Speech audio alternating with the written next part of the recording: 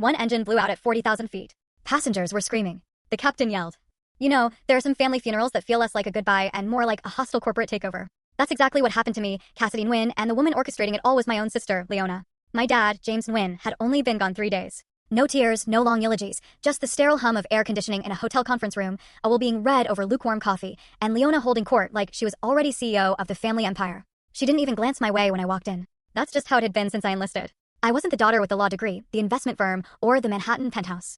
I was the one who wore boots and saluted for a living. Cassidy, she'd said, flat and dismissive, like she was reading my name off a grocery list. Didn't expect you to show up all the way from wherever you're stationed these days. Ramstein Air Base, I replied. She just nodded, like I'd told her I was working at a gas station, then turned back to the attorney, already checking something off her legal pad. Probably my name off the asset distribution list. Dad's will was short, suspiciously clean. Leona was listed as primary executor, managing all the real estate, investments, and family accounts. Me? I got a sealed envelope and a thank you for your service. Inside, there was just a single post-it note. Your father admired your discipline. He wanted you to have this. And then his old military challenge coin from the Korean War and a photo of him standing next to a fighter jet in 1975. That was it. No house, no savings, not even the watch he used to wear every day. To Leona, I was just a decoration, a uniform for optics at the funeral. She even made a crack about it later, as we stood at the check-in counter in Lisbon Airport.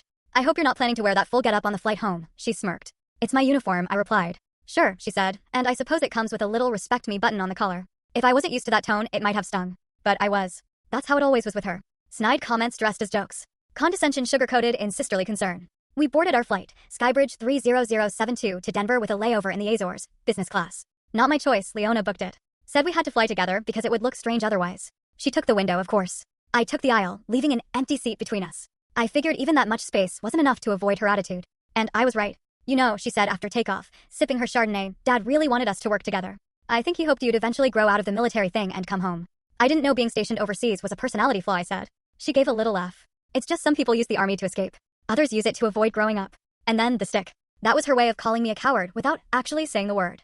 Classic Leona. I turned to the in-flight entertainment screen, scrolling through movies, not because I wanted to watch anything, but because I needed an excuse not to look at her. She went quiet for a bit. I thought that was it. Then she leaned in and dropped this one. You do know you're no longer in the will, right? I froze. She smiled real slow. The mental health clause. It disqualifies beneficiaries with unresolved psychological records. I stared at her. What are you talking about?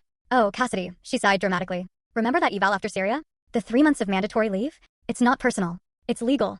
That's when it clicked. She dug through my military records. She'd found my lowest moment and used it to push me out of my father's legacy. You leaked my evaluation, I asked quietly. Full story on channel, link below. Watch what happened next.